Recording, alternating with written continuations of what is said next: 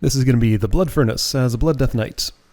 So actually going slightly back in time with this character. This happened just before the Slave Pens run that I showed. I just didn't do a good job of keeping track of which was which. Unikal did not get a particularly good run in this place. So we're going to do it with the Death Knight. Notes say that this run was pretty smooth and reasonably unremarkable. To some degree, that's what I like to see. I hear Holy Priest sounds, so that's the type of healer we have. Hunter, some kind of, what is that? Must be a Retribution Paladin, and a Shaman. Okay. Elemental, I think? Yep. Neat. So I was probably a little more unsteady here, since this was only the second dungeon I had done with this character. Got most of my kinks worked out in Hellfire Ramparts, I think. The first dungeon she did. And then by Slave Pens I had it all under control. It's good. Death Knight feels pretty good. I wasn't sure how much I would like it, and it turned out it was quite nice. How would I rate Blood Death Knight versus Protection Paladin? Tie? I like them the same amount, I think. Yeah, it's a tie between those two. They both feel pretty good.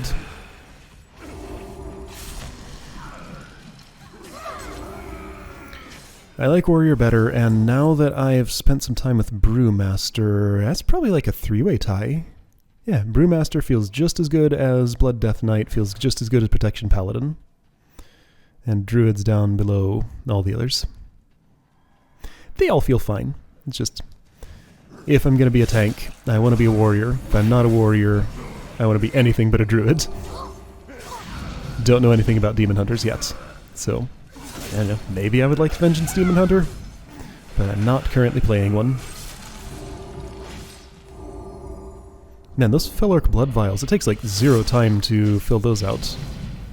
Death Grip there was an odd choice. No, that made sense. He was standing out in the middle of like 2 groups, so it would have been a pain to figure out... Yeah, okay, so I'm being real careful here. Would have been a pain to figure out how to pull him out otherwise without that. Man, Death Grip has just such a short cooldown on it. What a neat ability. Just feels so good to use.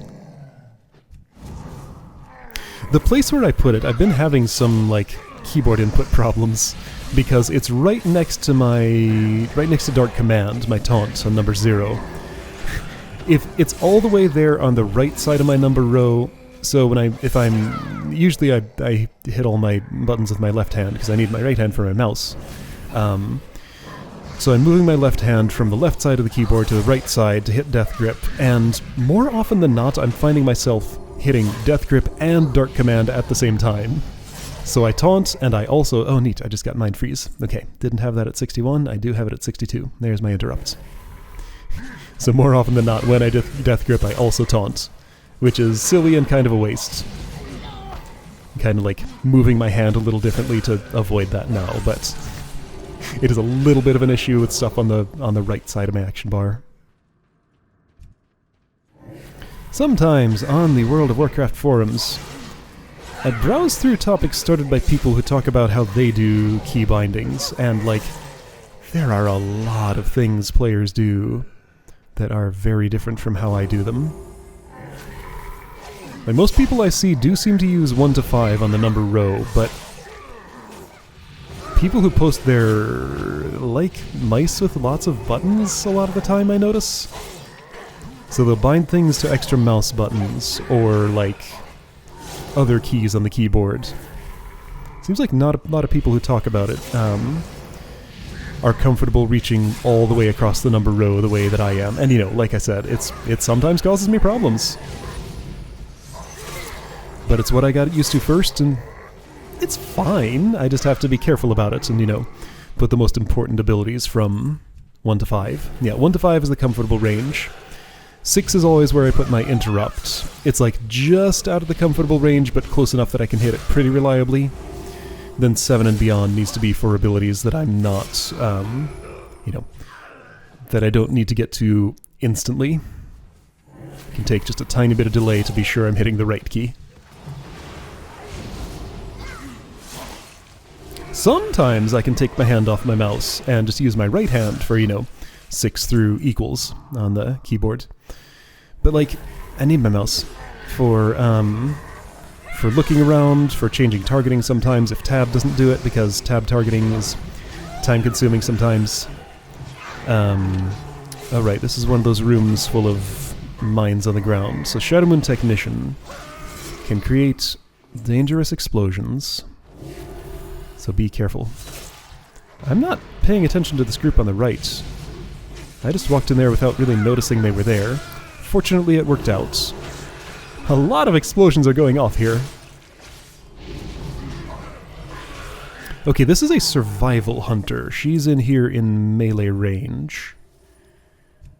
Survival used to be a ranged spec, but is not anymore. I don't know much about how it works, but I do know it is the melee hunter spec. I was noticing she had taken a bunch of bomb damage.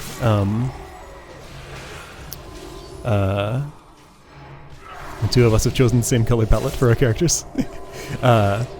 When it was weird for a hunter to be in melee range, but for a survival hunter, that's normal.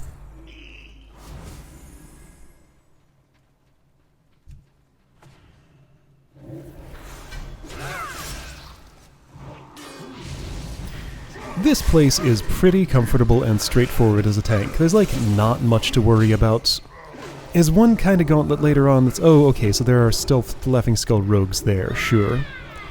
Bunch of stuns going on. Yeah, this is a bit annoying with the stuns, but, you know, that's fairly normal as a tank. You know, you just get used to getting knocked down all the time and losing control for like 2 seconds at a time. It's not a big deal. Tank absorbs it so the rest of the party doesn't have to deal with it, ideally.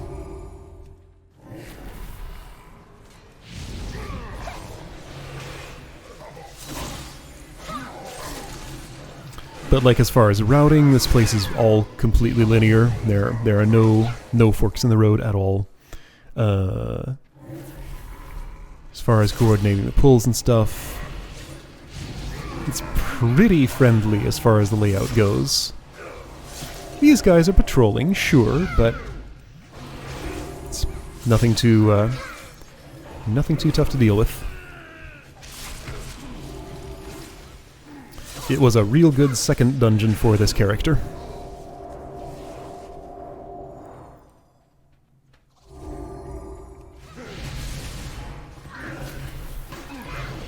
Enthusiastic Hunter here decided to get into combat before I had gotten there. It was fine. I got threat back pretty much immediately. And the thing died real quick. Not a problem.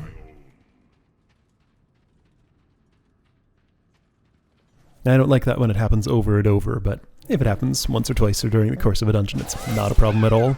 Especially if it was a target that I was already working on getting toward.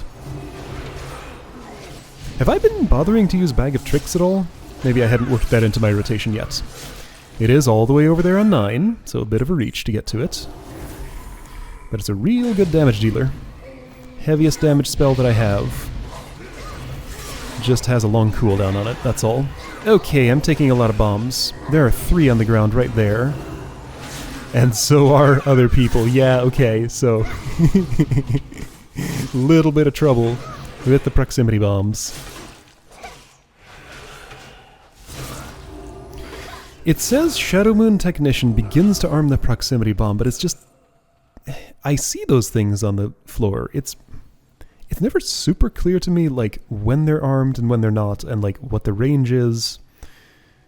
I don't know, like, dodging those is not straightforward, I've found. Oh man, that coordination. Did, the priest got one and the shaman got the other. Nice! Well done, you two, with resurrection spells. I'm gonna get a resurrection spell. Death Knights get one of those. It's even the kind that can be used in combat. I just don't have it yet.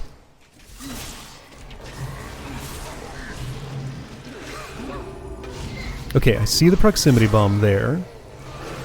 What is its proximity? It's gone. Why did it disappear? Did it blow up?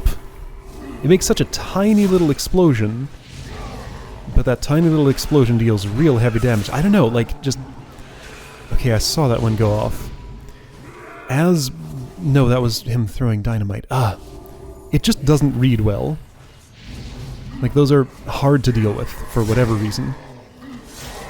If I'd stepped back a little bit, they'd be in my death and decay, but I did not. Yeah, this tends to be the only messy part for the tank, just because, like, for some reason these fel orcs always really want to go to somebody who is not me. I am never their default target as they come out of their pen, I've noticed. When I play the tank role. When I'm the healer, they like to look at me.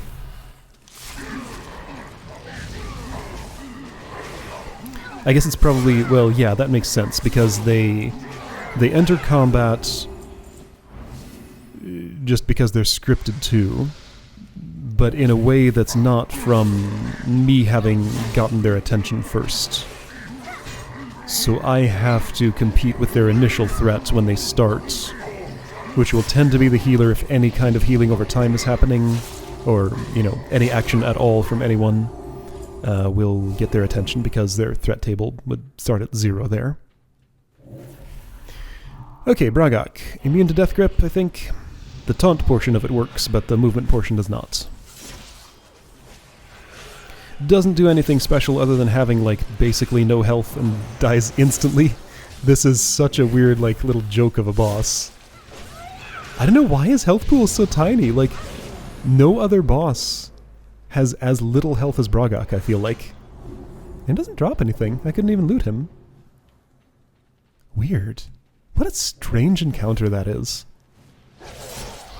I guess the fel orcs are the real boss fight there. Bragok is just to cap it off. And he looks exactly like Shirak the Dead Watcher over in Auchenai Crypts. And that dude is like super serious. Man. These dungeons are just all over the place sometimes. Alright, another attribute of Death Grip. It will interrupt spellcasters if they have to hold still while casting spells. Such a great ability. So great that often you see damage dealers liking to use it, not realizing that it also acts as a taunt. I don't see that as much anymore as I used to, but yeah, you gotta watch out. Unless you're okay with jumping the thing you're death gripping to the top of the threat table on you, which, you know, you only should be if you're playing as the tank, then you don't really want to use it. Yeah, so I'm not really gonna realistically maintain threat on all these imps. They die so quick it doesn't really matter. I'm probably worrying about it more than I need to. Just trying to spread out my my attacks and get all of their attention, but it's fine for them just to be on anybody else, because they die in a few hits anyway.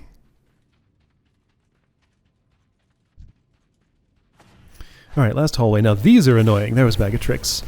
Bag of Tricks immediately gets somebody's attention, but then lands much later. It has a long travel time, but the attention getting is immediate.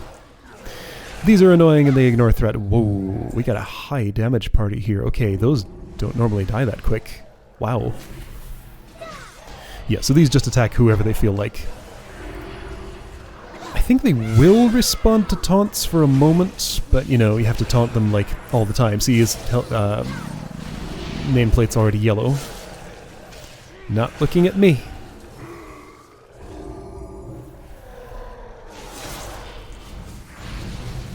Yeah, so the on-point damage dealers are really making this nice and easy. Making sure everything dies quick, so that it doesn't get a chance to make lots of chaos. Nice. Yeah, this is a good group. Wow.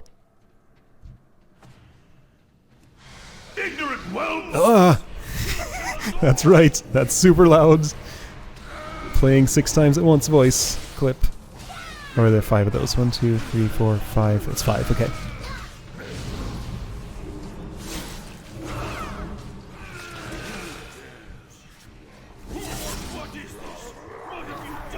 Hey, look, Bloodlust. That's nice. And an Earth Elemental. That's nice too. Those will pull threat off me sometimes, but it's fine. He's immune while he's telling me to come closer and burn. But I stood there and didn't notice, and it didn't really matter. Okay, Blood Furnace. There we go. Super smooth run. Very nice. My running animation's slower because I'm big because of Bloodlust. Not only does it increase speed, but it also increases size. I remain tiny, though.